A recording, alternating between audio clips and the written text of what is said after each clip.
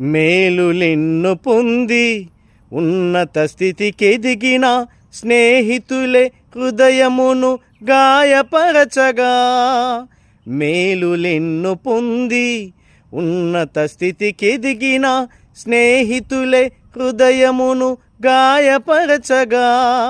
మేలులతో నింపి అద్భుతములు చేసి క్షమించుట నేర్పించెడి ప్రేమ.